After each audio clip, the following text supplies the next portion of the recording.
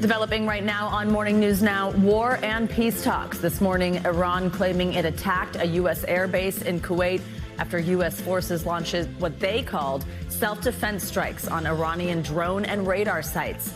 This latest exchange as both sides work to end on a deal to end the war. Any deal that the president is willing to make, he's only going to make it if he believes it's a great deal. They can either do this now through a deal, and we think we're in a good place to make that deal, or they can deal with the War Department. Meanwhile, in Washington, President Trump facing a new wave of legal and political setbacks. We will bring you the latest. Also this morning, cleared to sail, a cruise ship hit by a deadly hantavirus outbreak, now disinfected and ready to return to sea, with some of its quarantine passengers set to go home as soon as today. We'll have an update. Plus, a major breakthrough that could save millions of lives. What we know about a new treatment for pancreatic cancer that researchers say could also work against several other forms of cancer. And the finals countdown. Hoops fans, the stage is set for an epic NBA final after the Spurs' thrilling Game 7 win over the reigning champs, the Oklahoma City Thunder. Now, San Antonio getting ready for a party like its 1999 finals rematch against the New York Knicks. But will history repeat itself with the Spurs win, or will the Knicks finally end their half-century championship drought? We will run it back as the excitement grows. Oh, what a time to be a New Yorker. It feels like the Knicks haven't played in about 2 months. So I know. If they can pick it back up again. Meanwhile, the Spurs are absolutely exhausted. Yes. Hopefully it was like a good rest, not like a cool down. Exactly. I think they'll be in good shape. Yeah. All right. Good to have you with us on this Monday morning. I'm Joe Fryer. And I'm Savannah Sellers. We are going to begin our show in the Middle East, where the United States and Iran continue to engage in back-and-forth attacks as peace talks drag on. Over the weekend, U.S. Central Command said it carried out strikes, quote, in response to aggressive Iranian actions that included the shoot down of a U.S. MQ-1 drone that was operating over international waters. They added that fighter aircraft responded by eliminating Iranian air defenses, a ground control station, and 2 one-way attack drones. Iran said it retaliated by attacking a U.S. base in the region without identifying the target. But this morning, Kuwait, which houses a major U.S. military base, said it was responding to drone and missile threats.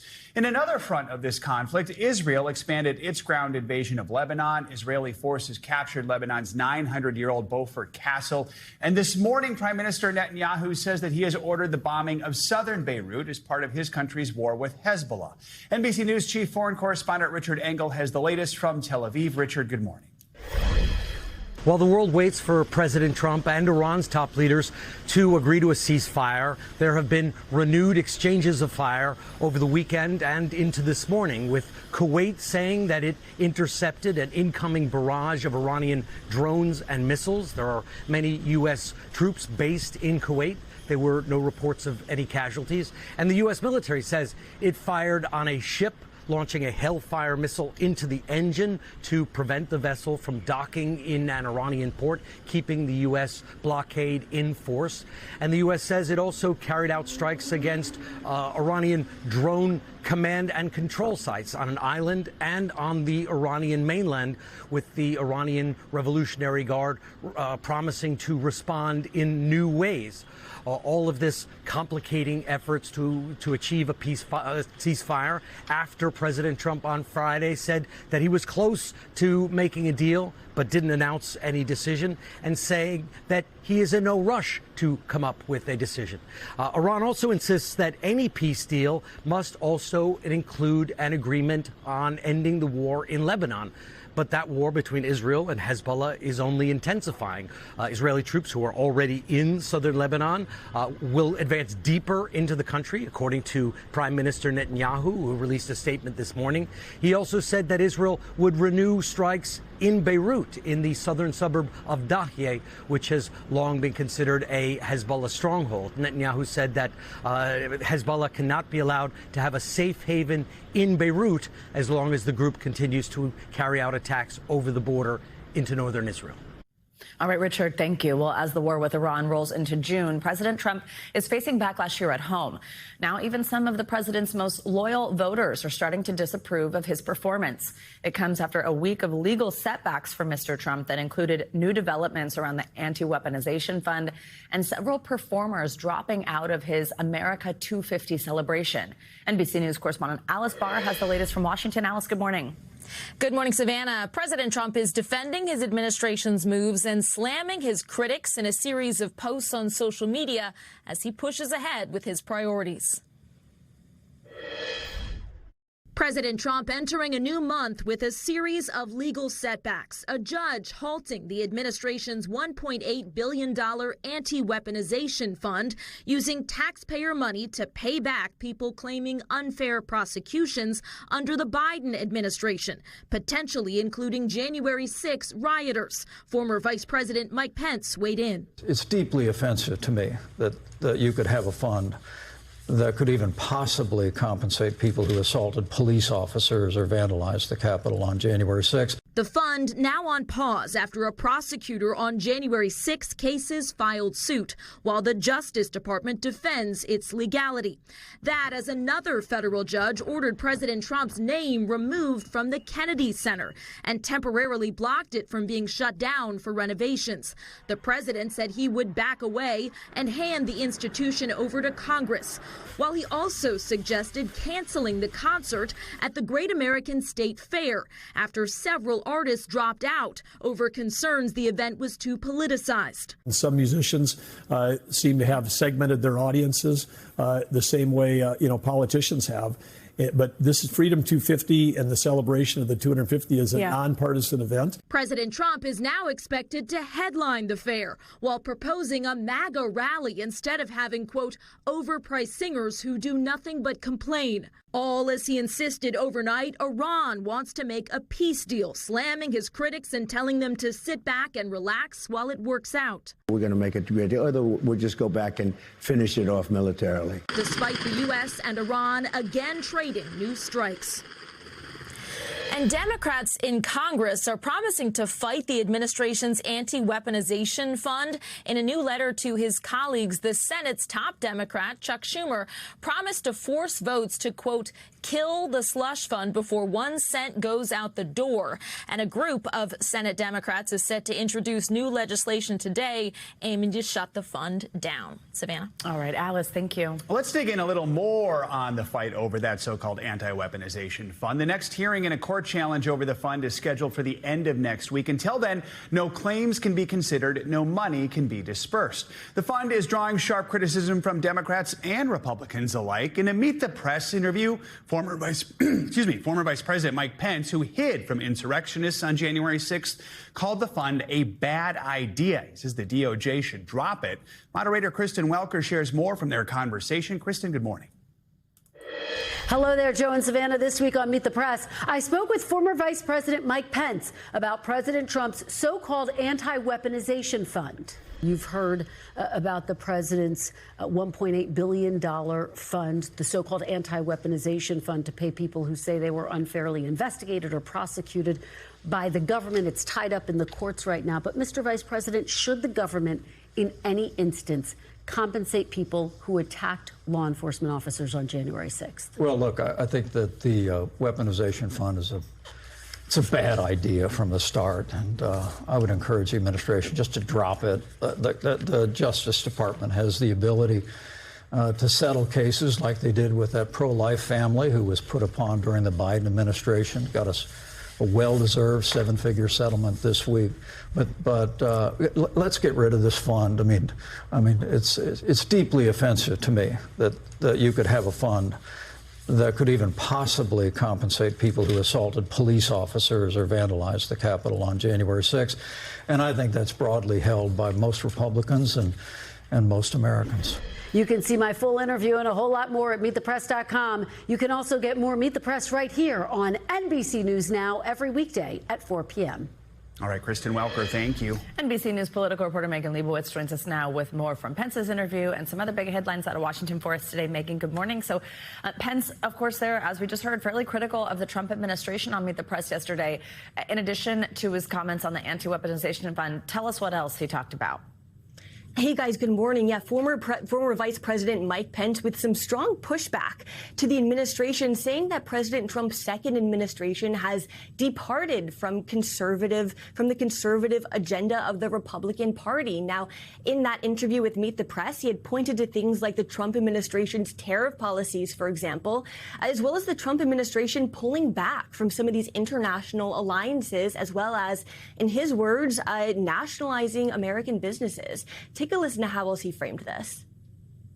I think what's lesser known right now is the way this second Trump administration has departed from the conservative agenda that we governed on, the conservative agenda that has defined the Republican Party since the days of Ronald Reagan and before. And that's an agenda of American leadership, limited government, free market economics, the right to life. And on a number of those issues, the president's been good. At the same time, though, he said that he didn't think that there was any question about the president's popularity and said that he gave President Trump credit for his hold on Republican voters. Now, also, Joe and Savannah, in that interview, moderator Kristen Welker had asked him about whether he was ruling out a potential run for president in 2028. And Pence responded saying that he's a man of faith and that he and his wife would pray about it, but said that he did not have any active ambition right now to re-enter politics, guys. And Megan, we've seen some concerns expressed over the president's health in recent months. Over the weekend, Mr. Trump appeared to try and tamp down any concerns, claiming he got a, quote, perfect score on a recent cognitive test. So what do we know about his health? Yeah, so the White House late on Friday night had released a memo to summarize the president's visit last week to Walter Reed for his physical exam. And in that memo, the White House physician had said that President Trump is in excellent health and said that the president is fully fit to carry out all duties as commander-in-chief. And also in that memo, we learned a little bit more about the types of tests that the president underwent, including a cognitive screening where the president, according to the physician, scored a 30 out of 30. Now, President Trump then over the weekend had bragged about that score and posted about it on Truth Social, saying that his score was, in his words, considered to be extreme intelligence. I do want to note here, guys, though, that test was not an intelligence test. That screening was called the Montreal Cognitive Assessment, which is used to screen for things like mild cognitive impairment and early dementia, guys. Megan, let's switch gears also. 3 people were killed in a U.S. strike on an alleged drug trafficking boat on Saturday. Our viewers may remember we've been talking about incidents like these for a while now, and this was actually the military's 4th attack just last week. Tell us about this one and what the military is saying at this point. Yeah, that's right. So that strike last week and the other strikes that it followed as well bring that death toll of known strikes to more than 200. That's according to the Associated Press, the count by the Associated Press.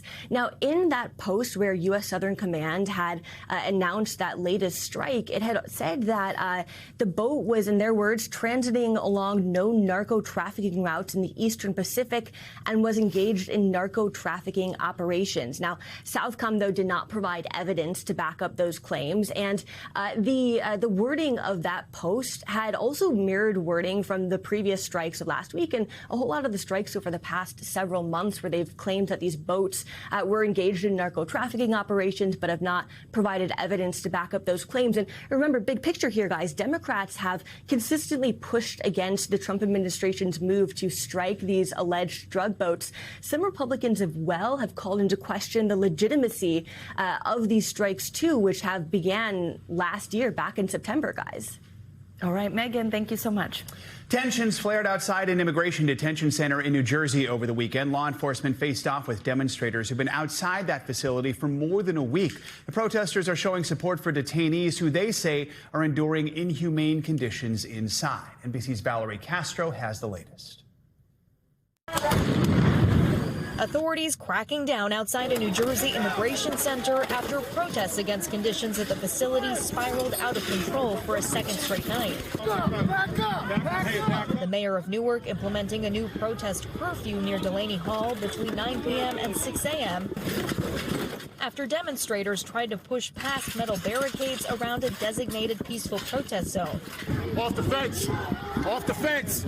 Go fence! The violence escalating with the crowd grabbing makeshift shields, facing off against police into the late hours, fighting through tear gas, even burning a pile of tires. Stop it! That's not what we're here for! Governor Mikey Sherrill condemning the clashes. They take the focus away from people inside Delaney Hall and their families, and they raise the temperature with ICE. And announcing the Department of Homeland Security agreed to bring back family visitation for detainees there. Is that a step in the right direction? Absolutely. The family members need to see that their people, their loved ones are safe. The unrest now 10 days in, sparked by reports of a hunger strike inside the 1,000-bed facility, with detainees complaining of unsanitary conditions and spoiled food. Shut down Delaney! Shut down Delaney! DHS denies those allegations. I just think that any human being deserves to be treated somewhat respectfully. While lawmakers visiting the site calling for it to be shut down. And our thanks to Valerie Castro for that report. So far, at least 15 people have been arrested since the protests began. Well, this morning, a civil trial will get underway in Baltimore over the collapse of the Francis Scott Key Bridge. Billions of dollars in damages are at stake for two companies behind the Dolly cargo ship. That's the vessel that lost control and slammed into the bridge back in 2024. Just days ago, the families of all 6 construction workers killed in the collapse settled their claims with the ship's owners and operators for an undisclosed amount. For more, let's bring in NBC News legal analyst Danny Savalos. Danny, good morning. So the shipping company here, they're trying to cap their liability at $44 million, and that would be using a law from the 19th century. Walk us through exactly how that would work and what we can expect today. Well, a lot of the families have already settled, along with some state entities. So now really it's just some businesses and the city and county of Baltimore. But here's the thing. This is not a normal trial. We're in what's called admiralty law now. And really what happens here is the judge is going to have to decide, and it is the judge, not a jury, a narrow legal issue of whether that law that dates back to the 1800s and was designed to protect ship owners when they sailed literally under sail and avoided things like pirates and Blackbeard and those kinds of dangers on the high seas. One law that is very frustrating for practitioners like me. I practice in the U.S. Virgin Islands, and I've come right up against this law in my cases. And I got to tell you, a lot of plaintiffs' attorneys do not like it. So, Danny, Maryland officials estimate, rebuilding costs for this could exceed $5 billion. But what's the reality check here about the law? What does it say about how much these companies could actually be on the hook for? Yeah, a couple centuries ago, because ship owning was such a risky business, because we didn't have Doppler radar and all the technology that we have today, even communications abilities, they wanted to promote the shipping industry, so they limited liability to the post-incident, in other words, after-accident value of the ship and its cargo, which, by the way, with a large ship like this, we're talking about $44 million. But think about a small pleasure cruiser or just a yacht. Post-accident, the value could be anything from a few thousand to zero. So this can have catastrophic consequences for plaintiffs. And in this case, $44 million is still not enough to cover all the damages. So this is an antiquated law, heavily criticized, but it still exists, and the courts have to follow it. Danny, though, we understand about this. I'm going to read a little bit of it. There's essentially this exception here. It says, without the privity or knowledge of the owner. How would that play into this case? Sure, it has to do. So what happens is the judge has to decide whether the ship was not seaworthy. But here's the key.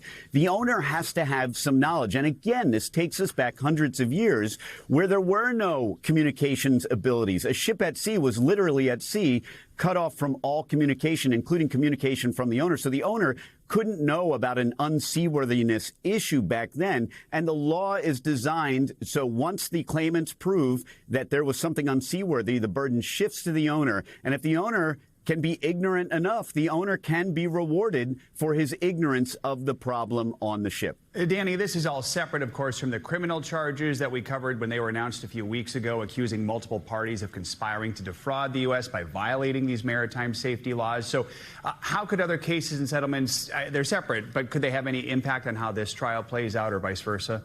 This kind of thing happens all the time where you have a criminal case and a civil case, and there's all kinds of fighting about which should go first. But the criminal case is great for the claimants because the allegations are essentially what they have to prove to win against the boat company who's seeking to limit its liability. In other words, the indictment essentially says that the defendants knew what they were doing was wrong, and that's kind of the burden that the claimants have under this ancient law from hundreds of years ago.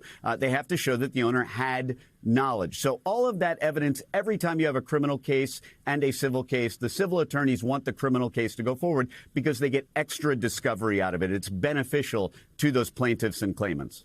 All right, Danny Cevallos, thanks as always. The cruise ship at the center of that deadly hantavirus outbreak is set to return to sea. It's been disinfected and cleared for its next cruise starting in 2 weeks. Some American passengers from that ship, though, they've been isolating at the National Quarantine Unit in Nebraska.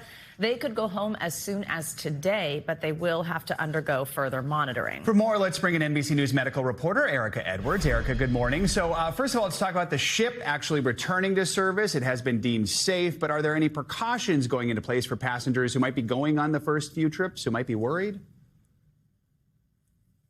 Precautions will be the same whether you're boarding any cruise ship, right? Hand hygiene, the number one way to protect yourself against any virus, flu, COVID, even the more commonly found norovirus on cruise ships. So wash hands early and often. And for extra security, you could use disinfectant wipes on door handles, tables, even bathroom sinks. Joe, Savannah?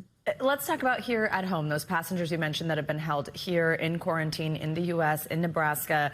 Some of them essentially have the option to be released between today and tomorrow. Others are saying they will stay during that full incubation period. How long will they have to self-quarantine? What does this look like? Yeah, these passengers are only halfway through that 6-week quarantine. That period does not end until June 22nd, and they'll have to stay isolated at home, checking in with health officials every a couple times a day to monitor for their symptoms. Now, as you said, Savannah, the passengers are not required to go home. In fact, at least one passenger said he's going to stay at the Nebraska quarantine unit where he has immediate access to doctors just in case he does test positive. He said he's not going home until there is a zero chance of him getting sick or infecting others. Joe, Savannah? I think we've all been having some flashbacks to COVID during all of this. So do we know, local or state health departments, are they going to be involved in any of this, similar to some of the contact tracing efforts and monitoring that we saw back during COVID? Yeah, there's been a lot of back and forth on this between the White House, the CDC, local and state health departments as to how closely these passengers will be or should be monitored once they get home. Officials have discussed positioning a police officer even outside of their homes to make sure that they abide by these quarantine rules. That situation still evolving this morning. We should learn more today. Joe, Savannah. All right. Erica Edwards, thank you so much. Well, back-to-back mid-air scares forced 2 United flights to turn around just hours apart. One of them, a transatlantic flight, returned to Newark after a passenger's Bluetooth device sparked a security concern. NBC News correspondent Camila Bernal has more. We're going to be returning back to Newark at this time. A possible security threat midair on a United flight from Newark to Spain, causing it to turn around. Because of the foolishness of this one person that wants to make a joke and it's not funny. The problem, a passenger's Bluetooth device, which a source tells NBC News was named Bomb. Someone had a Bluetooth speaker and they named a certain 4-letter word. I was so frustrated. Jordan Moore was on the flight Saturday. She says they had to deplane and be rescreened. Takeoff delayed almost 12 hours. It was kind of back and forth between is somebody playing a sick, selfish prank or are we actually concerned? And it comes just hours after another emergency diversion on a different United flight from Chicago to Minneapolis. We might have to close the airfield due to potential hijack. An unruly passenger trying to breach the cockpit multiple times, according to authorities. The sheriff's office says the 75-year-old man was subdued by FBI agents on board and appeared to be in a mental health crisis. 2 startling incidents. Security and safety is our #1 priority at United. Leaving some passengers wary about safety in the skies. We want to make sure we're safe and guaranteed that comfort before we take off. Camila Bernal, NBC News. We have got a closer look now what to expect this week with your morning News Now weather. Meteorologist Rafael Miranda joins us today with more. Good morning. Good morning, Savannah. Good morning, Joe. Quiet across much of the country, but not in St. Louis right now. We're tracking some strong to severe thunderstorms there, waking up lots of folks with thunder and lightning. Some storms moving out of Chicago as well. Hundreds of lightning strikes moving through the St. Louis metro. Expect significant travel issues and delays, very heavy rain as well. This is just round one. We have a severe thunderstorm watch in effect through 9 a.m. We're going to watch this for the next couple of hours. Their storms eventually will move out. But later today, another round of severe storms, a possibility in the plains. Heavy rain possible in places like Colorado and back towards Mississippi as well. And we're watching the possibility for large hail, 2 inches in diameter or more in the western plains and the Rockies. That's going to be potentially causing some damage later on this afternoon and evening. And the severe threat lingers into tomorrow out west, especially in the western plains and the Rockies here. The flood risk ramps up in western Texas. As far as rainfall, isolated amounts over an inch of possibility, so watch out for some potential flooding there. Not much going on around the rest of the country, though. You can see we still have that Omega block, the Omega block that's given us that chilly weather in the northeast over parts of the weekend, especially in the Boston area, but it has also allowed the middle of the country to warm up. Now, this block is beginning to weaken a bit, but today we're still well above average here in the plains. Memphis, 92. Look at Boston, though, 59 degrees. I saw a lot of social media posts out of Boston, very angry this weekend. Tomorrow, the block continues to weaken, still a little mild in the plains and a little cool in some spots, but then when we spread out the warmth more evenly and we are warming up. First week of June, of course. Look at these temperatures into the 80s and 90s, even in New York City, getting up to 90 by Friday. Temperatures well above average there. And that looks to be the trend for much of the month of June, above average temperatures for the northern tier of states especially. One final look at the big picture today. Again, watching out for severe storms in parts of the Mississippi Valley and also in the Rockies. Hot and dry in the desert southwest. That's look at your weather. Quiet here in the northeast, but a little stormy for parts of the middle of the country. All right, we'll take the quiet. Thanks, Raph. Appreciate it. Much more to come here on Morning News Now later this hour. A critical rescue mission in Southeast Asia. We're going to take you to Laos, where crews are working to rescue 2 men still trapped inside a cave after 5 others were saved. Up first, though, celebration turns to chaos in Paris. Soccer fans and police clashing after the Champions League final. More on what happened after the break. Stay with us. Welcome back. A victory celebration turned violent this weekend when hundreds of people were arrested in Paris after clashes broke out between soccer fans and police. PSG fans were out reveling in their team's Champions League final win over Arsenal on Saturday when things took a turn. NBC's Hallie Jackson has the story. French officials bracing for the possibility of more chaos after scenes like these. Clashes after France's top soccer club, Paris Saint-Germain, or PSG, won Europe's biggest sports prize against England's Arsenal. Piles of bikes set on fire in the streets. Police shooting off tear gas to break up the crowds. Nearly 800 people were arrested, according to the French Interior Minister, with the clashes leaving almost 60 officers hurt. Des scènes de violence inacceptables. French President Emmanuel Macron condemning the violence and thanking the responding officers for restoring order. PSG hoisting the Champions League trophy in front of the Eiffel Tower and thousands of fans. With now more than 8,000 police officers and firefighters deployed to make sure celebrations remain peaceful.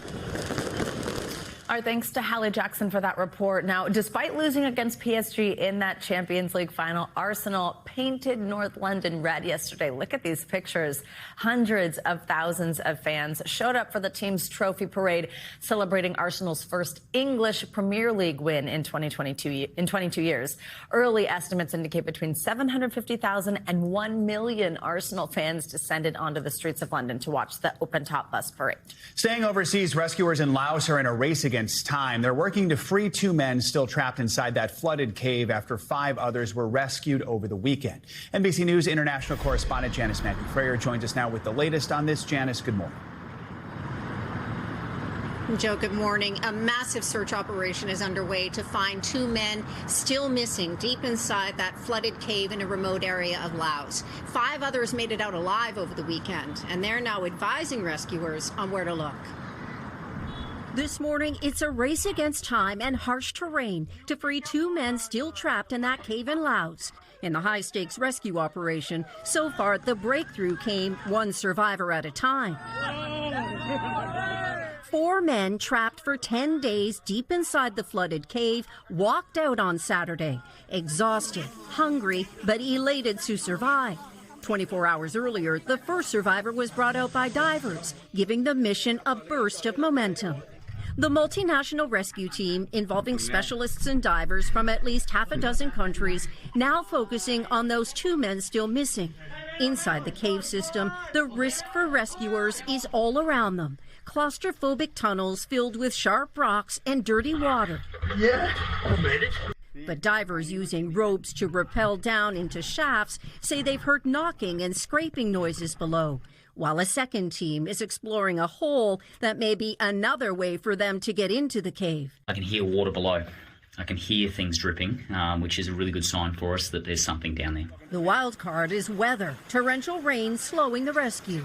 The head of the operation telling NBC News they will not give up on their search, though he admits he's feeling the pressure with lives on the line. The 7 men, all local villagers, first went into the cave here to search for gold when a flash flood blocked the entrance. Now the clock is ticking as rescuers keep hope alive for another miracle. Several of the divers were involved in that 2018 cave rescue in Thailand that freed 12 boys and their coach. They say the conditions in Laos are different, but they're no less difficult. They know that there's an air pocket about 1,000 feet into the cave, but it's getting there through those tunnels that are tight and they're dangerous. That remains the challenge. Joe? All right, the world is holding out hope. Janice, thank you so much. Coming up on Morning News Now, a potentially life-saving treatment giving hope to millions of cancer patients.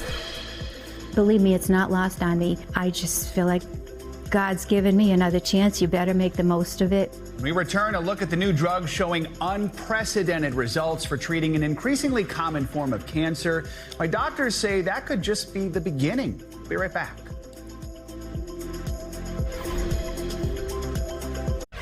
We are back with a promising breakthrough in the fight against one of the deadliest forms of cancer. A new study suggests a treatment for pancreatic cancer could double patient survival rates. It may also work against lung, colon, and ovarian cancers. NBC News medical reporter Erica Edwards is back with us with more on what doctors are calling a game-changing drug. Erica, good morning. Good morning, Joe. You know, when researchers presented their data on this drug yesterday at a big cancer conference, the entire room of doctors stood up and gave them a standing ovation.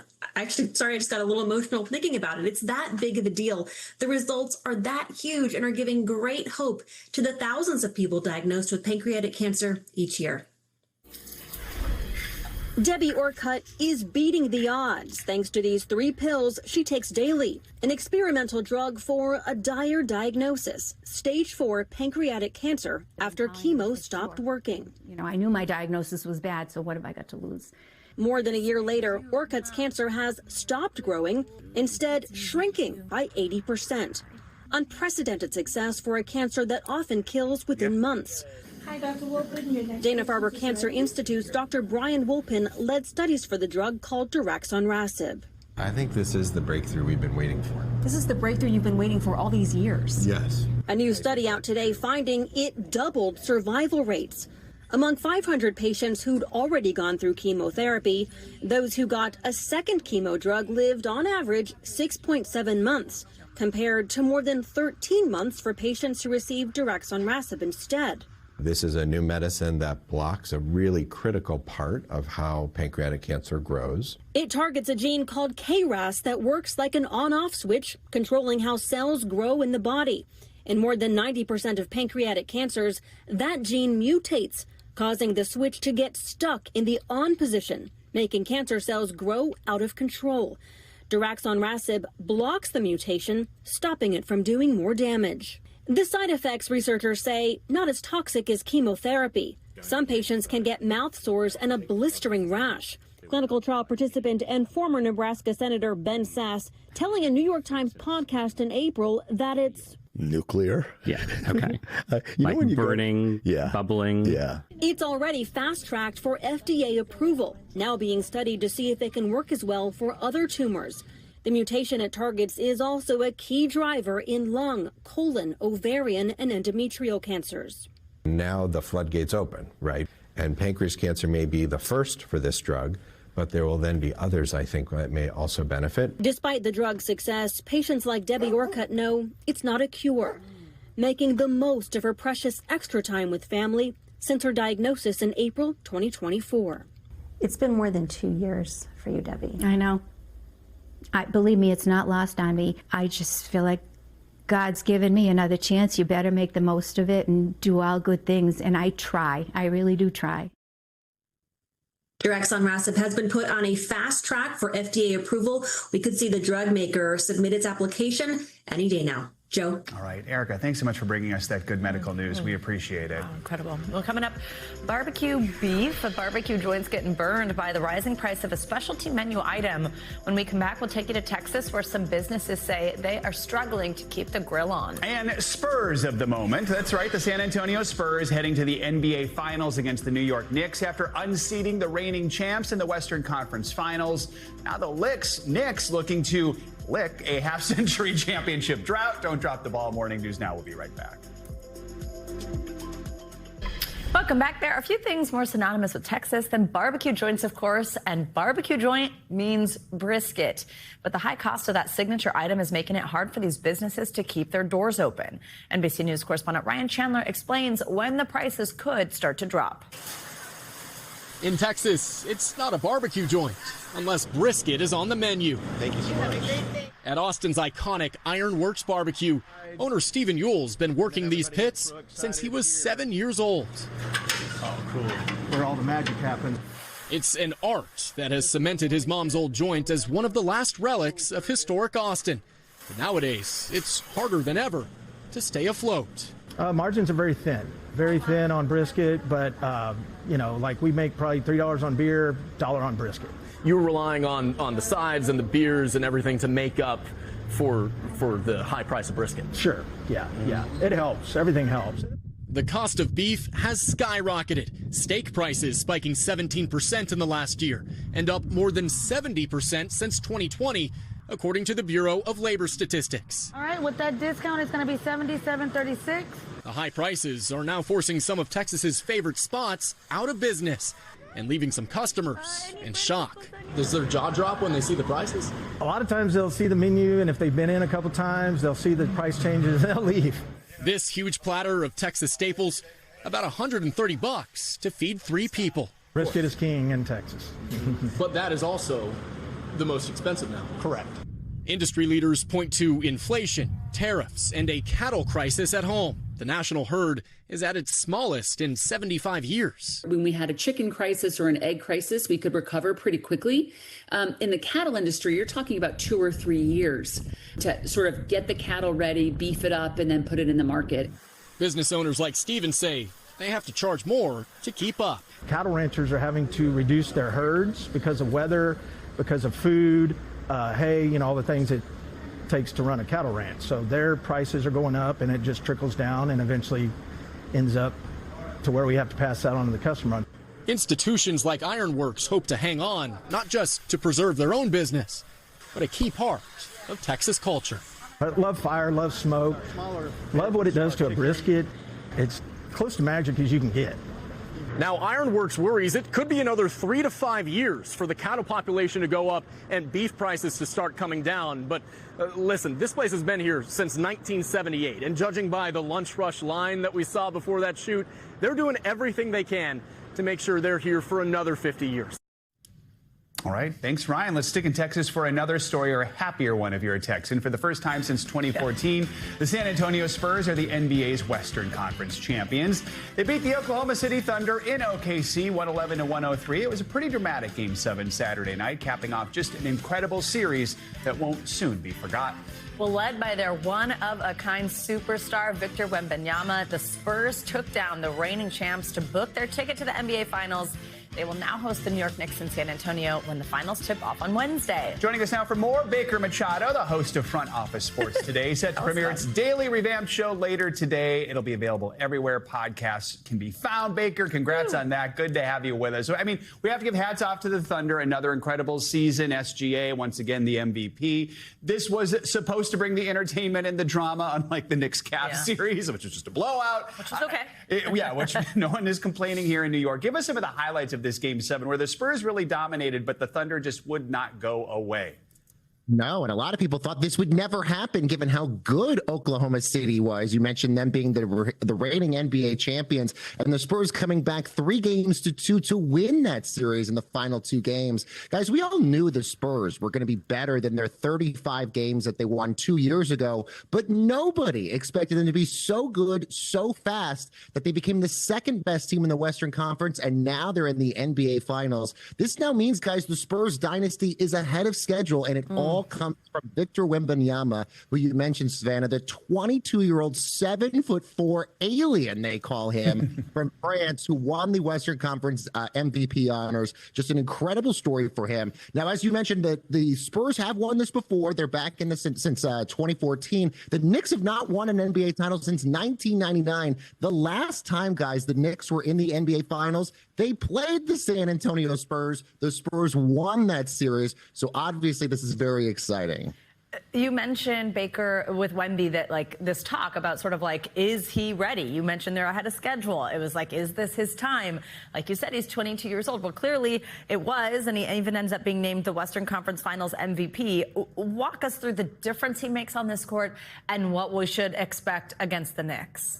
Yeah, look, it's the leadership, it's his height, it's his defense, it's everything. This, by the way, guys, is just his 3rd NBA season, and he finished as a finalist for the league MVP award this last year. He finished with 27.3 points per game and almost 11 rebounds per game in the playoffs. And again, just his 3rd NBA season. So if he's this good now, imagine what he's going to be 10 years from now, which is going to be crazy. No kidding. Yeah, now, the Spurs have home court advantage, so they'll host the Knicks in Game 1 of the NBA Finals. Tip-off is on Wednesday. Do we know? I mean, who has the advantage right now? The Knicks are so unbelievably hot, but the Spurs are just so good. Yeah, the Knicks are coming in red hot. They've won 11 games in a row, and they've led all playoff teams right now in 3-point percentage, assists, and field goal percentage. And the Knicks' best advantage right now is guard Jalen Brunson, who also, like Wemby, was the unanimous Eastern Conference MVP winner. The Spurs' defense is going to be really good, but the Knicks have really surprised everybody from the get-go. So this is going to be an amazing matchup no matter what. But I should say the Knicks are an underdog. Right now, according to the sports books, the Knicks a 4.5-point underdog in Game 1 in San Antonio on Wednesday. All right, now that the Thunder are out, the NBA will crown a new champion for the 8th consecutive season. So what are you most looking forward to with that in this matchup? Guys, the most fascinating part of the NBA Finals, the ticket prices. No kidding. The getting prices to go to these games is insane. So Game 1 Wednesday in San Antonio, the get-in price is $1,100. Game 2 is about the same, but when Game 3 comes to New York, which again, the Knicks fans have been waiting 27 years for this, the get-in price just to walk into Madison Square Garden, according to TickPick, $4,247 for the worst seat in the arena, which is amazing. That's like a Knicks tax. You've been waiting 27 years for this. Yeah. Yeah. I'm just like... So crazy. In fact, we're going to keep talking about that. It looks great on TV. That's all I'll say, Baker. It looks really... Those TVs are so nice. You see all the action. You're not like, what just happened? So there's an option. There is an energy, though, in the Garden that's just wild. That is true, but I'm not paying that. All right, Baker Machado, thank you so much. All right, coming up on Morning News Now, one man putting others on the road to self-confidence. You're doing it, dude. Crushing it. Nice job. And is he a good coach? Yes, he is. Him and I are buddies. Up next, more on his mission and the inspiration driving it. We'll be right back.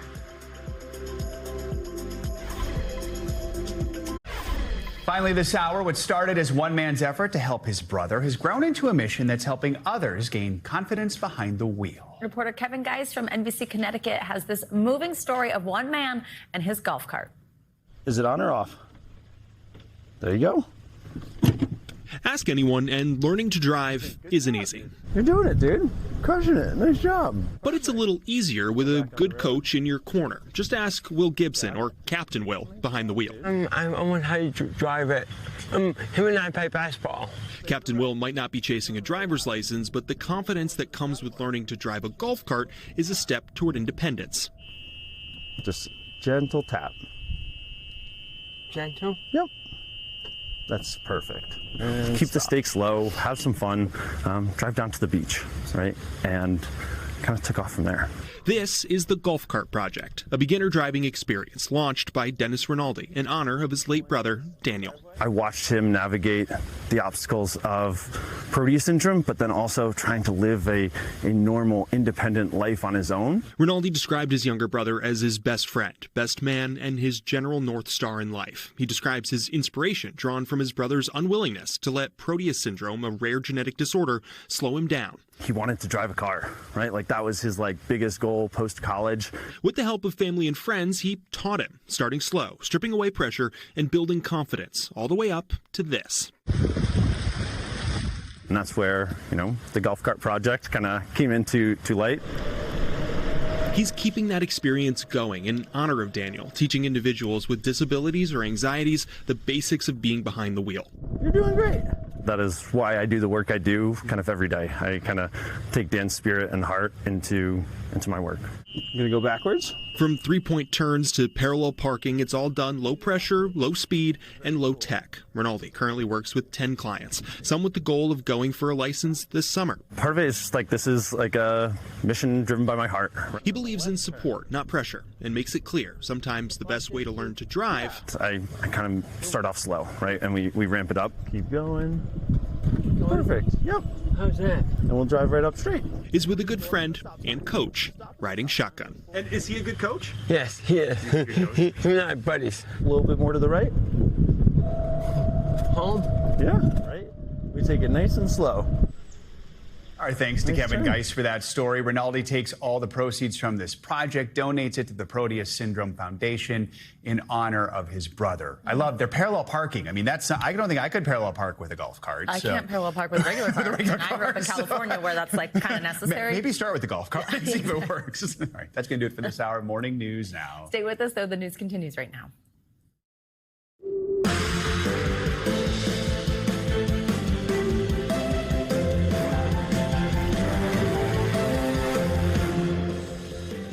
Good morning. Thanks so much for starting your week with us. I'm Savannah Sellers. I'm Joe Pryor. Right now on Morning News Now, trading blows. The U.S. military saying forces carried out self-defense strikes on Iranian radar and drone control sites over the weekend. Iran now saying it targeted an air base. Both sides trading strikes several times since agreeing to a ceasefire back in April. We're going to bring you the latest from the Middle East as a peace deal remains in the balance. Also this morning, calling it off, President Trump responding to a growing controversy over America's 250th birthday celebrations.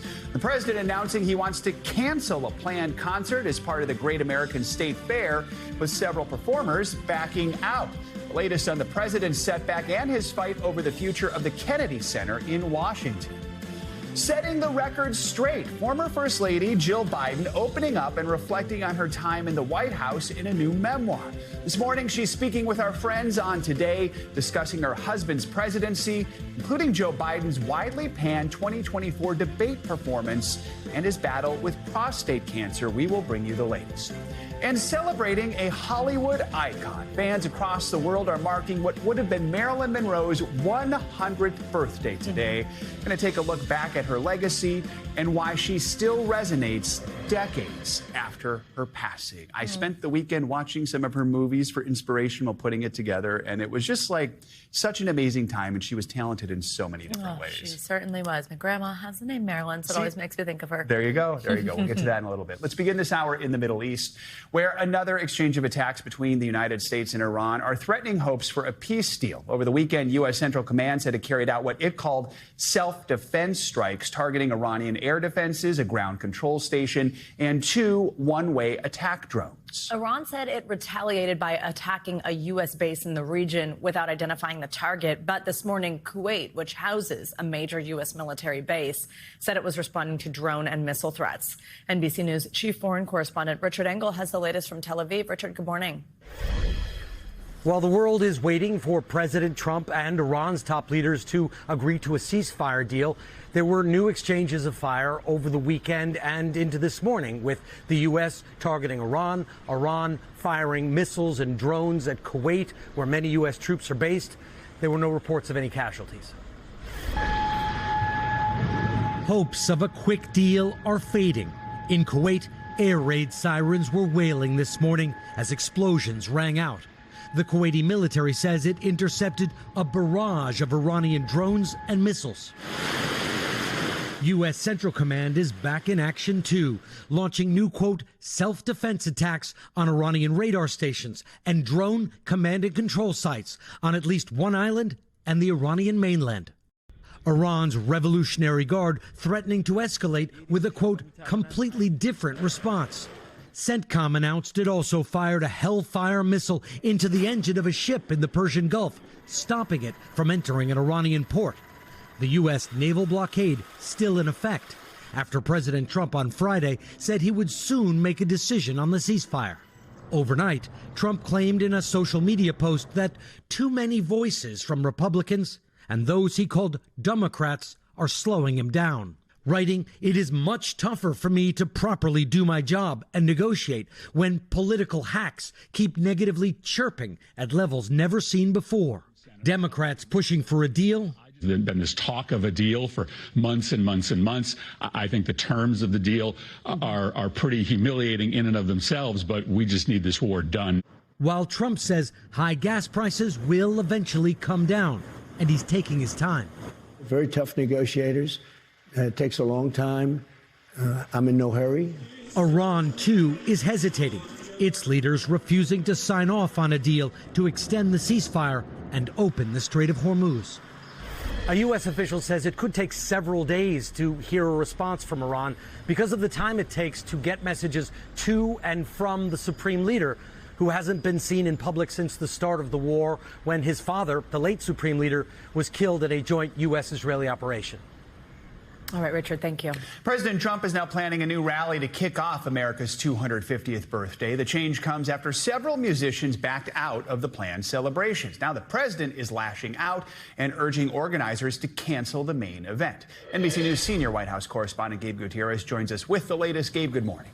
Joe, good morning. A spokesperson for the organizer, Freedom 250, tells NBC News that the president will instead kick off the 16-day Great American State Fair with an opening ceremony now on June 24th. Now, the Trump-backed celebrations have drawn criticism from Democrats that argue that they are centered around himself instead of the country. This morning, President Trump is preparing to kick off America's 250th birthday celebration himself, after several performers dropped out of America's State Fair. The president now saying that instead he may focus the country's landmark birthday on a campaign-style rally, quote, bringing the #1 attraction anywhere in the world, Donald J. Trump, adding the original event should be canceled and that the singers, quote, do nothing but complain. Some musicians seem to have segmented their audiences the same way politicians have. But this is Freedom 250, and the celebration of the 250 is a nonpartisan event. But several artists originally scheduled to perform disagree. Martina McBride saying she was initially told it would be a nonpartisan event, but that turned out to be misleading. She, along with Poison's Bret Michaels, rapper Young MC, and Milli Vanilli, backed out. Go Ninja, go Ninja, go! Vanilla Ice, meanwhile, has not, posting this is not a political platform. This is celebrating America's birthday. This is the problem with Trump. He's a divider in chief. President Trump urging organizers to cancel the fair, just like he canceled his involvement with the Kennedy Center after a federal judge ruled Friday that his name must come off the building. He'd wanted to close the performing arts venue for 2 years for renovations and is now suggesting the landmark will collapse both structurally and financially without his time and money. The president also lashing out at the judge, and he's frustrated at mounting legal challenges, including attempts to stop construction of his planned White House ballroom. The ballroom will be right here. While Democrats have argued Trump does not have the right to renovate the White House without Congress, the president says the opposition is just political. Only because it's me. Another federal judge has temporarily blocked the administration's $1.8 billion so-called anti-weaponization fund. The Justice Department had created it to pay anyone who claimed they'd been unfairly prosecuted by the Biden administration. Senate Democrats are now launching a coordinated effort this week to try and kill what they call a slush fund. Joe, a court hearing is now scheduled for next month. All right, Gabe, thank you so much. Let's now get a look at the week ahead with your morning news now. Weather. Meteorologist Rafael Miranda joins us now. Hey, Raf, good morning. Hey, good morning, Samantha. Good morning, Joe. We've got some big temperature changes coming our way as we head throughout the week. But right now we're focusing on some strong to severe thunderstorms moving through the St. Louis area. Watch out for significant travel delays. A whole lot of lightning waking folks up as well. Heavy rain continues. We can see some flash flooding in the area. That's one area to watch right now. Later today, we'll be watching the plains into the Rockies. Large hail a possibility east of Denver. We're talking about hail up to 2 inches. Could certainly cause a lot of damage out there. Another area of possible severe weather, including Memphis, heading into the deep south. That's later today. Tomorrow, watching the plains again, the western plains into the eastern Rockies. We're tracking that severe threat for your Tuesday. Rainfall today, some heavy rain possible in places like Bismarck down through Chicago, portions of Colorado and the southwest as well. We'll keep an eye on that. We've had this Omega block in place for the past several days. It's finally going to start to weaken, but we're still feeling the effects this morning. Chilly again across New England. We had a very chilly and wet at times weekend. Not a great weekend for Boston. Temperatures have been above average and they continue to soar today in places like Texas into the northern plains. As the block weakens, the heat starts to be more evenly distributed, so we finally see these warmer temperatures expanding east. Chicago in the upper 80s as we head towards the end of the week here. Even New York City below average today, but look at this, we're in the 80s and even 90s heading into the weekend. Places like Raleigh also will soar into the 90s, so June heat really showing up. Out west, temperatures stay hot in Phoenix, and Texas, temperatures are back into the 80s there. Right now, the trend is for a warm June. The trend looking at above average temperatures across much of the northern tier of states here, so it looks like it could be quite of a warm month there. Now for today, we're looking at some dry weather across the Northeast. 75 for your high temperature in New York City. Good travel weather here. Again, those areas of severe weather possibility across the middle of the country. Hot and dry towards the southwest. But again, even though it's a little bit below average today in the Northeast, temperatures are going to really surge as we head towards the end of the week. And it looks like beach weather coming our way this weekend.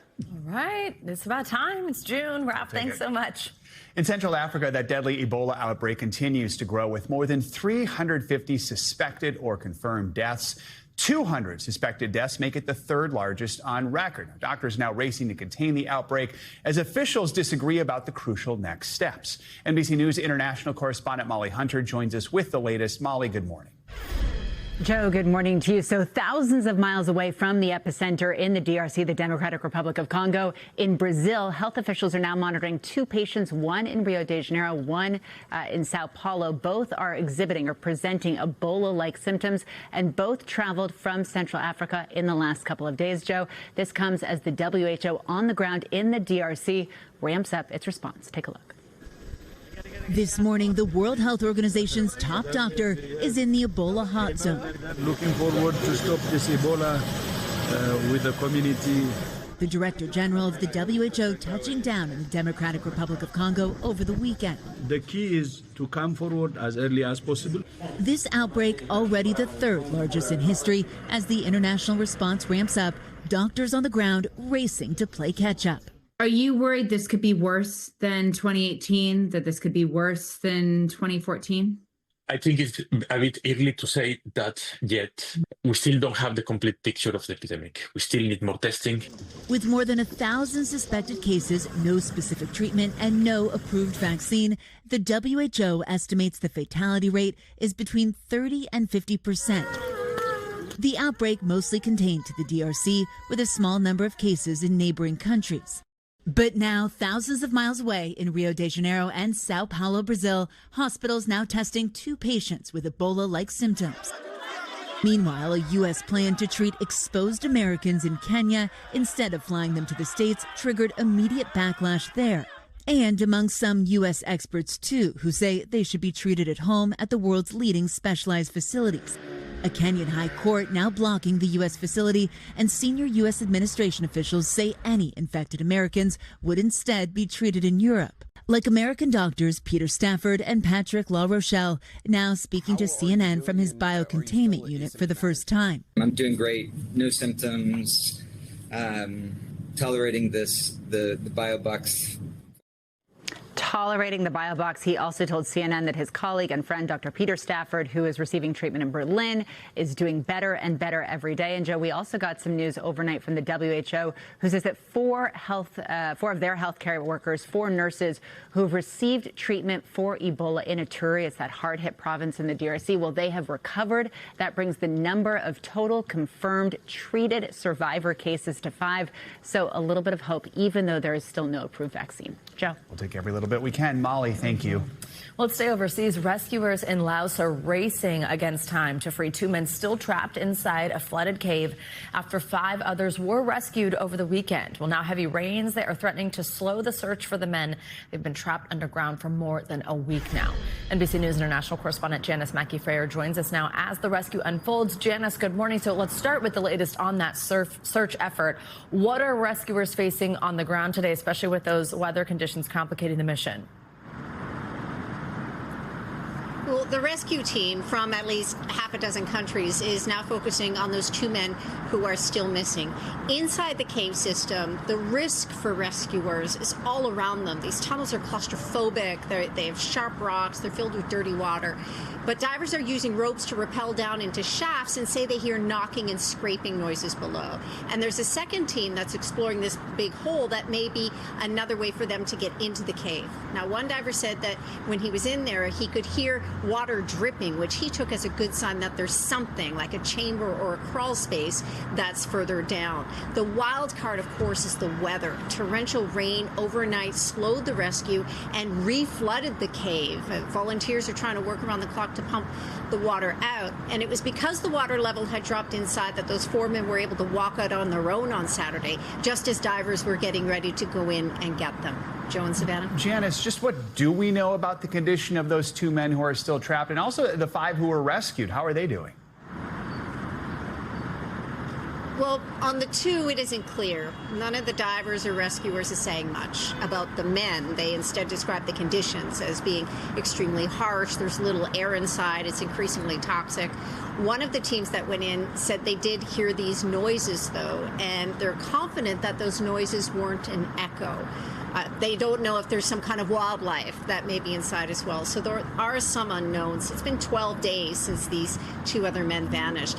Rescue teams are using satellite imagery of the cave system, and they know that there's this air pocket about 1,000 feet from the entrance. The challenge, of course, is getting there, especially with all of this dirty water flooding in again. Joe? Janice, some of these rescuers, we understand, helped with that high-stakes Thailand cave rescue back in 2018. The world was watching. Our viewers might remember this. How confident are those divers? I mean, given that they've been in at least similar situations in terms of a rescue, are they confident that they can still reach those 2 men? Well, the conditions in Laos are different than the cave in Thailand, but they're no less difficult for the divers and rescuers. The 5 men who did make it out, they are giving information to the rescue teams. They're describing parts of the cave system. They've talked about this other possible entrance. Remember, they went in there because they were trying their luck at finding gold, so they were kind of familiar with the cave. The 2 men still missing went in a bit earlier than the other 5. But rescuers say the information they've given them can help them prepare a plan because this operation is getting riskier. Again, so much of it depends on the weather. Every hour is making a difference. We spoke with the head of the operation earlier, and he became really emotional because he says he feels the pressure of the world watching, and there are lives on the line. Savannah, Joe. Janice, thank you so much. More international news this morning. Colombia's presidential election is heading to a runoff with a controversial pro-Trump candidate taking the lead in the first round of voting. NBC News international correspondent Claudia Labanga joins us to take us around the world in 60 seconds. Hey, Claudia, good morning.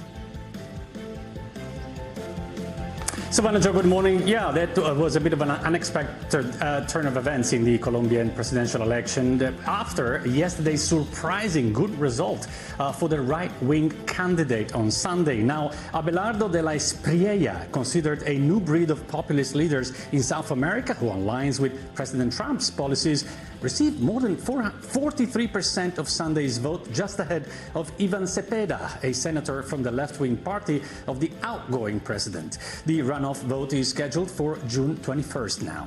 Let's go to Malaysia, where on Monday, millions of children under the age of 16 will no longer be able to own social media accounts, including Facebook, Instagram, TikTok, and YouTube. The government said the measures are aimed at protecting children from dangers of social media, including cyberbullying and excessive use. Social media companies that fail to comply face fines of up to $2.5 million. Malaysia is among several countries across the world introducing heavy restrictions to social media to children. And let's end this tour of the world around here in Venice, where it's not only tourists who are flocking in record numbers. Flamingos appear to also love the lagoon. Now, the fenicotteri, that's the Italian name for the birds, started showing up in and around the Venetian lagoon in early 2000s. But their population has now reached record numbers. Environmentalists say it's a sign of the lagoon's health and sustainability as a feeding ground. And just as you thought that Venice wasn't beautiful or romantic enough, you get flamingos. There you go. Not where I'd picture them, but that's good to hear that it's a good sign of the environment. No, as long as people are happy. There you go. Thank you, Claudio. Yeah. We've got much more to come here on Morning News Now. Later this hour, if you live in New England, you may have heard a loud, thunderous boom over the weekend. We will tell you what experts think is behind it. Up first, in her own words, former First Lady Jill Biden opening up in a new interview about her time at the White House and her husband's health. We're going to bring it to you next. Welcome back. It has been a year and a half since the last presidential election, but questions remain over the final months of the Biden presidency. Well, now former First Lady Jill Biden is offering her most detailed account yet. In a new memoir titled View from the East Wing, she reflects on her years in the White House and the events that led to her husband's decision to end his re-election campaign. Our colleagues over at the Today Show sat down with her and discussed that infamous debate moment between President Trump and former President Biden, in which Mr. Biden stumbled heavily during a question. Take a listen. I'm watching, just like everybody else was, scared to death, like what is going on?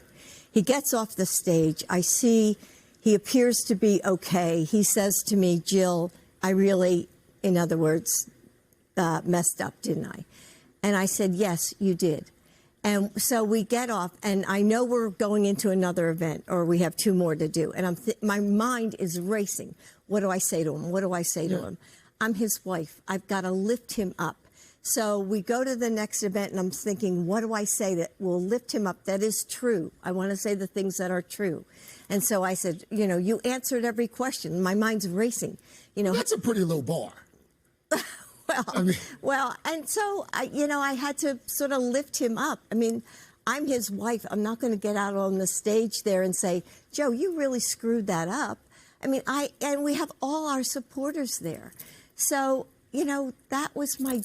that's who we are. I mean, as I had to support him, I couldn't come out and really publicly say, Joe, you did a terrible job in that debate? In the book, you also write that was, you write that was essentially sort of a one-off. Yes. That this is not who he had become. But, no. But Special Counsel Robert Hur, as you probably know, he described the former president, quote, as an elderly man with a poor memory.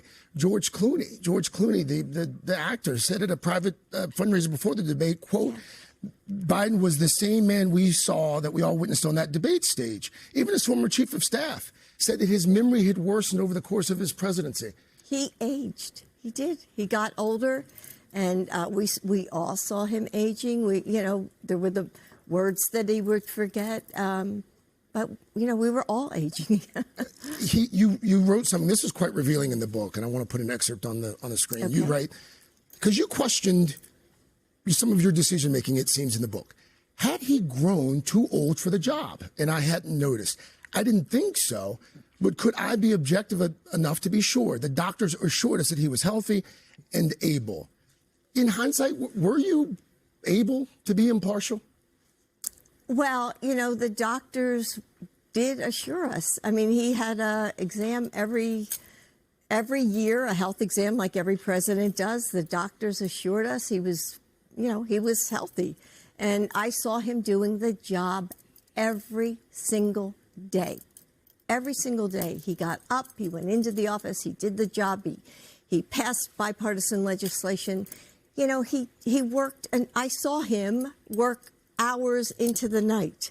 So yes, did I see him, slowing down a little bit when he got tired? Did he stutter a little bit at night? Yeah, sure. But he was still doing the job, and he was doing a good job. You were his closest confidant. You're described as Joe's gut check. If you could go back in a time machine and do it all over again, would you have encouraged him maybe to not run again? As I look back, would I want to put Joe through the hurt and the pain that we felt during that time? Never. Never. I mean, it was so hurtful. And so it sounds like you're saying if you could do it all over again, you probably would have encouraged him to be a one-term president. But it had to be his decision, Craig. It had to be his decision alone, because he had to live with that decision the rest of his life. I couldn't say, Joe, do this or Joe, do that. It was his decision to run in the first place, only his, even though the family had their input, especially the grandchildren. Yeah. But, it was his decision to get out. It's interesting because in the book, you write about this scene at a restaurant where you two are talking about the decision to run. You could have said Joe, you've done. That was in 2021? Yeah. I forget what year it was myself. But what do you mean I could have said no. Okay. Everybody was saying, Joe, you have to run. You have to run. Everybody was encouraging to run. In my book, I write about that, how people were encouraging him. Because in the beginning, he thought, should I run? Shouldn't I run? But everybody was so positive, and all our supporters were so positive. Everywhere we'd go, supermarkets, down the street. Dr. Biden, to be fair, I mean, there's a poll. There's a poll from 10 months before that debate moment. I mean, you're noting the folks who wanted him to run. This is August 2023. We're not talking Republican voters here. We're talking 77% of everyone asked, was he too old to be effective to serve another term? Nearly 3/4 of them said, yeah, he's too old. Democrats, 7 in 10. How do you square that with the decision to put him through it again? Because he really wanted to. Well, I square it with in 2023, the Democratic Party was behind my husband. And then the debate happened and things changed. So, in my book, I write about everything that happened. I put it all in context. You read my book, and thank you for that. Yes. And so I think readers will understand from my point of view. And I think we have to point out, Craig, that's one chapter of my book. My book is not about politics. It's about me, my reflections, my life as a teacher, my life as the first working lady, first lady. I mean, I went to work. I taught at a community college. I took a paycheck. I wanted to say to American women, look at me. I'm like you are. I'm balancing a job, my family, and then my duties as First Lady. And that's what my book is about. Yes. It's not all about this debate, which was one moment in time of our 4 years. All right, clearly that was former First Lady Joe Biden speaking to our Craig Melvin over on the Today Show, and our thanks to Craig for that conversation. Coming up, there's a fight brewing in state capitals across the country over the future of artificial intelligence. When we come back, we will tell you about the big push to regulate AI. You're watching Morning News Now.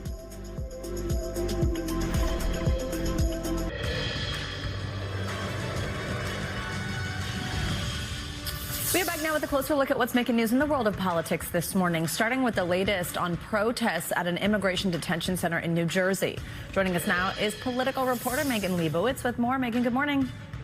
Hey, Savannah, good morning. Yeah, let's start at the New Jersey ICE detention facility that's been at the center of protests over alleged poor conditions. Governor Mike Pence announced yesterday that family visitation would start up again after it was paused. The Department of Homeland Security had paused visits last week, saying that it was because of safety concerns during unrest outside of that center. Now, a DHS spokesperson said that visitations could resume because the area near the center was secured. The governor, though, attributed it to the push from state officials and advocates who had called for better conditions. Next, let's go to the Democratic National Committee. That's where Chair Ken Martin has faced criticism for his handling of the so-called autopsy from the 2024 election, which was released in May. Now, despite facing backlash, which has come mostly from outside of the DNC, Martin hasn't faced any organized effort to remove him from leadership. He's apologized for his handling of the report and reportedly told DNC staffers that he hopes that they'd move forward with him. Finally, let's turn to Kentucky Governor Andy Beshear, who said in an interview on Meet the Press that he thinks Texas is in play for Democrats. Beshear is a Democrat, and he pointed to Ken Paxton winning the Republican primary last week, setting up a race between Paxton and Democratic candidate James Tallarico. Now, in the interview, Beshear argued that Paxton was corrupt, pointing to Paxton's 2023 impeachment on bribery and corruption charges. Now, although he was impeached by the Republican-controlled State House, Paxton was later acquitted by the state Senate. And that's a look at what's making news in politics this morning. Savannah? All right, Megan, thank you so much. Well, staying in politics, controversy is swirling around Maine Democratic Senate candidate Graham Plattner after claims he sent sexually explicit messages to several women came to light. Well, now his wife, who originally flagged those messages to the campaign, is speaking out about the information becoming public. NBC News Capitol Hill correspondent Julie Serkin reports. The White House and Republicans closely watching Democratic Senate candidate in Maine and the likely nominee Graham Plattner, who is hoping to edge out incumbent Susan Collins this fall. He's now under fire once again, this time for sexually explicit text messages he sent outside of his marriage. The wife of embattled Maine Senate candidate Graham Plattner is speaking out. I just really wanted to make sure that everyone knows that Graham and I have a great marriage. Amy Gertner's marriage with the likely Democratic nominee now scrutinized after Plattner's former campaign manager, Genevieve McDonald, said at the start of Plattner's insurgent Senate bid, Gertner told her husband had sent sexually explicit texts to other women and that she feared it could eventually hurt his campaign, according to the New York Times and Wall Street Journal. I find it really shameful that there's a group of media outlets and people who are willing to spread gossip instead of talking about real issues that Graham is running on. The texts are the latest in a string of controversies for the veteran and oyster farmer, hoping to defeat incumbent Republican Senator Susan Collins in November. Yeah, I have concerns. That guy has questions to answer. NBC also confirming Plattner once used the messaging app Kik. His profile features a suggestive shirtless mirror selfie, a spokesperson saying he deleted the app and hasn't been active on the account in years. Plattner also faced backlash last fall over this tattoo on his chest, a skull and crossbones emblem historically linked to Nazi symbolism, which Plattner says he didn't know at the time. I am not a secret Nazi. He later covered the tattoo with a different one. Years ago, Plattner also posted online criticizing police, suggesting victims of rape should, quote, take some responsibility for themselves, and allegedly using anti-gay slurs. I am deeply sorry. Democratic leaders see Maine as one of their best opportunities to take control of the Senate. Now, both sides are very closely watching this race, and so far, Plattner is not losing support among his voters. A new poll conducted before these latest revelations shows Plattner surging ahead of Susan Collins by 9 points. Back to you. All right, Julie, thank you. Well, the push to regulate AI is heating up, and so is the lobbying effort from big tech. As states consider hundreds of new proposals aimed at the rapidly evolving technology, Chris Glorioso from NBC New York has a look at the fight taking shape in state capitals. I was truly thinking to myself, how could someone do this to me? When New Jersey's Francesca Manni learned 2 years ago she had been digitally disrobed with a phony AI deepfake, she and her mother became what you might call citizen lobbyists, traveling to their state capital of Trenton, urging state lawmakers to crack down on deepfakes. When I heard how many girls were being affected by this, and women and children, I knew I started to have to go for the lawmakers, and that's exactly what I did. It turns out the professional lobby for big tech is taking note. Because of political gridlock in Washington, lobbyists for AI are now turning their attention to the 50 state houses, among the biggest. A group called TechNet, representing the likes of OpenAI, Anthropic, Meta, Amazon, Google, NVIDIA, a who's who of big tech and media companies, including Comcast, the parent company of NBC. Last year, TechNet boasted of trying to influence more than 800 pieces of state legislation and of getting its way 87% of the time. They want to be the ones to write their own safety rules. In New York, each of these state lawmakers told us TechNet and other AI lobbyists have sought to slow down or even bury their AI safety bills. They, last year when we tried to move this bill, they actually killed the bill last year. A rep for TechNet said the industry group does not work to kill bills, but rather to strengthen them and educate policymakers. In an emailed statement, TechNet wrote, in part, "We believe innovation and responsibility go hand in hand and are always working to develop smart guardrails that promote safe, responsible use of AI." Of course, there will be rules. Of course, there need to be some guardrails. In public comments, AI CEOs have urged lawmakers to pass new safety rules, even warning AI can pose grave dangers. I think it's going down a very dangerous path. But ethics filings from across the nation show TechNet often flatly opposes AI safety rules. The group is listed as opposing a chatbot safety bill in Wisconsin, opposing a Nebraska bill with provisions addressing AI-generated child sex abuse material, opposing regulations on AI data centers, and opposing tougher rules on AI liability, privacy, and social media.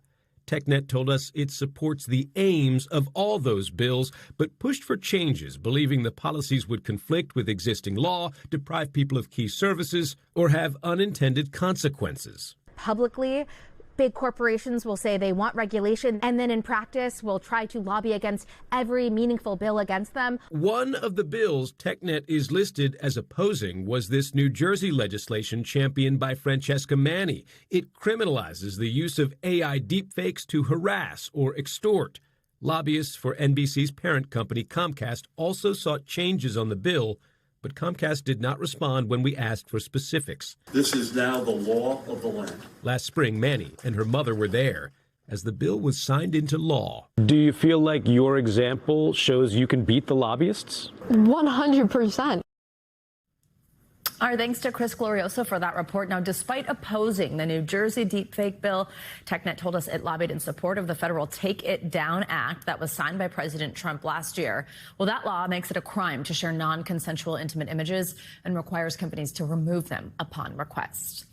Well, coming up, a mystery boom in the sky is the talk of New England. Over the weekend, we're going to tell you what likely led to dozens of emergency calls. Stay with us.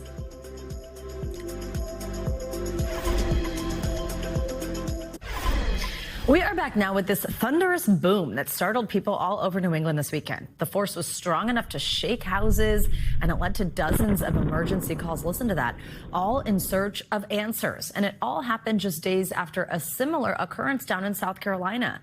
NBC News national correspondent Aaron Gilchrist has the latest on this mysterious phenomenon. New England rattled by a mysterious boom. A deafening blast even setting birds aflutter. Captured by cameras and heard across Rhode Island, New Hampshire, and Massachusetts, prompting calls to 911. So we're getting calls from multiple locations, but nothing confirmed as an explosion. An afternoon of arts and crafts interrupted for Bianca DiLorenzo and her kids outside Providence. What the heck was that? Talk to me about your reaction. I mean, I saw the video that you posted. We actually thought a tree fell on our roof. So my husband ran outside and he's like, there's nothing. NOAA satellites picking up bright flashes around the time of the boom. Some weather experts think it may have been a meteor entering or exploding in the atmosphere. NASA confirming to NBC News a fireball over Massachusetts at 2:06 p.m. today, adding the energy released at breakup is estimated to be equivalent to about 300 tons of TNT, which accounts for the loud booms. This thunderous noise coming less than 48 hours after a similar situation baffled residents across South Carolina. The U.S. Geological Survey saying that cacophony was consistent with a sonic boom, where an object like a jet travels faster than the speed of sound. For now, silence simply shattered by sounds from the skies. Aaron Gilchrist, NBC News. All right, for more on the mystery of that sonic boom, let's bring in Dr. Emily Rice. She's an associate professor of astrophysics at Macaulay Honors College of the City, University of New York. Dr. Rice, it is great to have you with us, and this is certainly a talker. So, okay, it's been a couple days now. What more do we know about this at this point, this meteor causing this boom? Yeah, now we know that the meteor over Boston was actually a space object. We don't expect to be able to pick up the pieces of it, but from the NASA observations, from all of the kind of citizen observations that were compiled, this is very, very consistent with a meteor. And where do investigations go from here? Like, what is it that scientists would want to know and are digging into now? Yeah, so there's not too much more to learn from this one because we don't expect to be able to find the pieces. So given the trajectory, given the observations, we think that the pieces from the explosion are going to have fallen into the ocean off of the East Coast. And so the chances of recovery are very, very unlikely at this point. People can still look. It would be fun to find one. But this is another observation. It's going to go into the database of these now, kind of potentially hazardous asteroids that NASA is constantly monitoring. And we'll have the satellite data that we can continue to look at lots of different wavelengths, hopefully, and compare that to other information that we have and just learn more about kind of the space weather of things affecting Earth. This seems at least like sort of a rare occurrence because, look, we're all talking about it, right? People in New England thought, oh, my goodness, what is that? Not something that you hear every day. So how unusual is it for an object like that to enter into our atmosphere or essentially get as close as it did that caused this noise down here on Earth?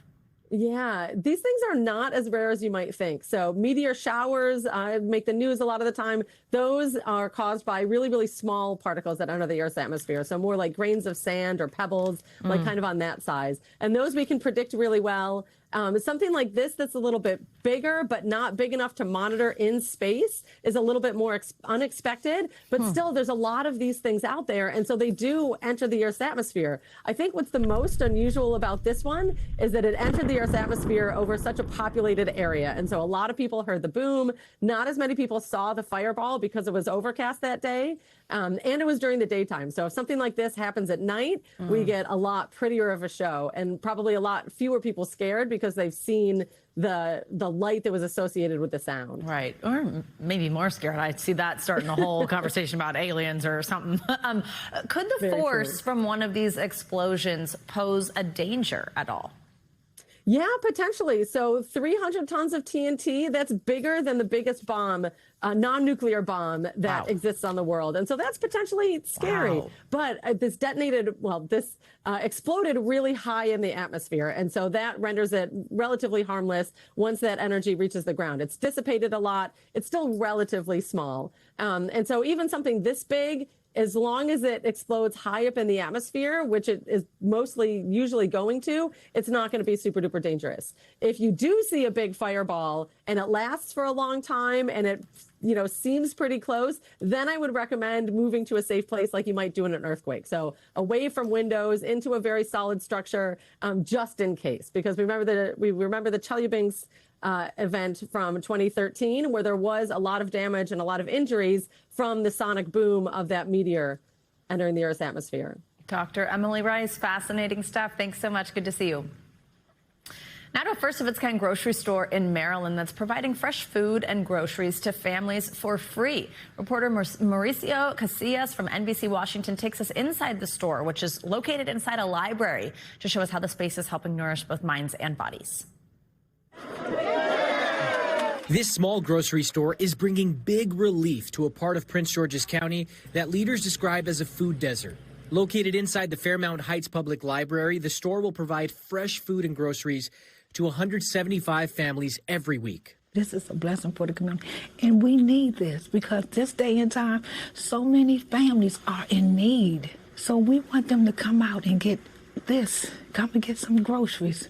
The grocery store was created through a partnership between the county and Gooder, a company focused on fighting hunger and reducing food waste. I think if you give people their dignity, you give them their hope. And I often say that we're giving people hope in their darkest hours. County leaders say the need has only grown tougher in recent months. The store is the first of its kind in Maryland, and it's located in Councilmember Shayla Adams Stafford's district. Families can apply for access online, with most applicants so far being seniors and single parents. So many people have been laid off or experiencing, just insecurity in so many different ways that so many people did not imagine that they would be in this position, that they'd have to go to a food pantry. For community members getting their first look inside, the store represents more than groceries. It's peace of mind during difficult times. I don't have the money to buy what I want to buy, so I'm glad they opened the stores up out here. So it helped me out and anybody else that want to do that same thing. So I appreciate that. It's something that we needed in the community. I'm a senior citizen myself. So yes, I will be using it. Everything is high. And sometimes you may need a little help, and it's okay to get the help. County leaders say this is just the beginning. The second free grocery store is expected to open in District 7 in the coming weeks. All right. Our thanks to Marisa for that reporting. Very cool. Yeah. After years of streaming movies from the couch, more people are heading back to the big screen. Theaters are seeing renewed interest just as the summer blockbuster season heats up. But it's more than just the films that are selling tickets. NBC News entertainment correspondent Chloe Malas has a look at what is bringing us back to the movies. Hi, my name is Peter Parker. At the cinema, what's old is new again. From a Star Wars movie. Are you scared? You should be. To a Devil Wears Prada sequel. I am the new features editor at Runway. No, you're not. But it's not just familiar titles coming back. Many experts predicted after the pandemic that the movie-going experience, just like the dinosaurs, would go extinct.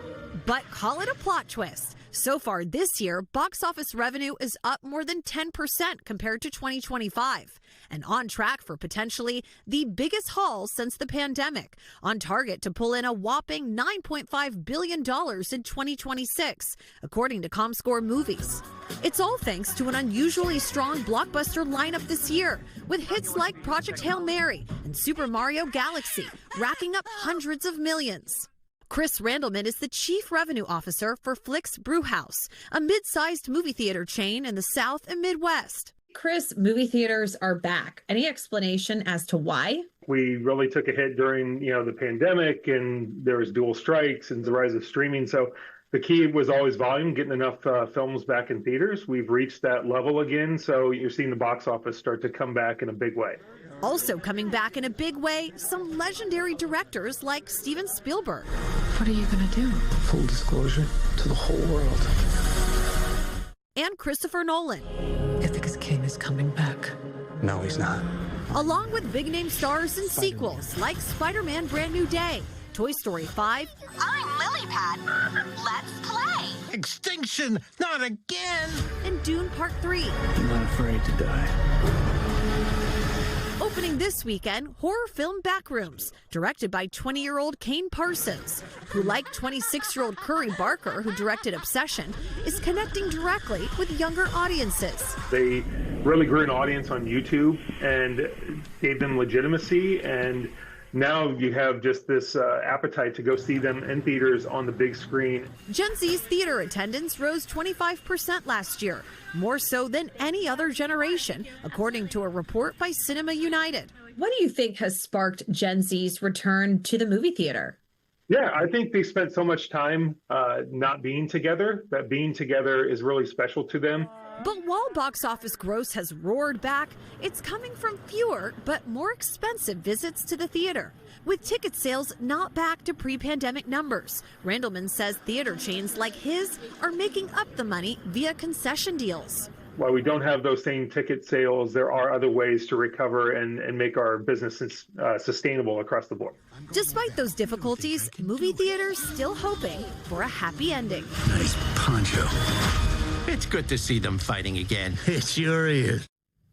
Our thanks to Chloe Malas for that report. This past weekend, Backrooms debuted at #1 at the domestic box office. Get this, pulling in $81.4 million. That is a big haul. I am dying to see. It's so interesting how these horror movies are doing so well. We thank you for watching, and remember, stay updated on breaking news and top stories on the NBC News app or watch live on our YouTube channel.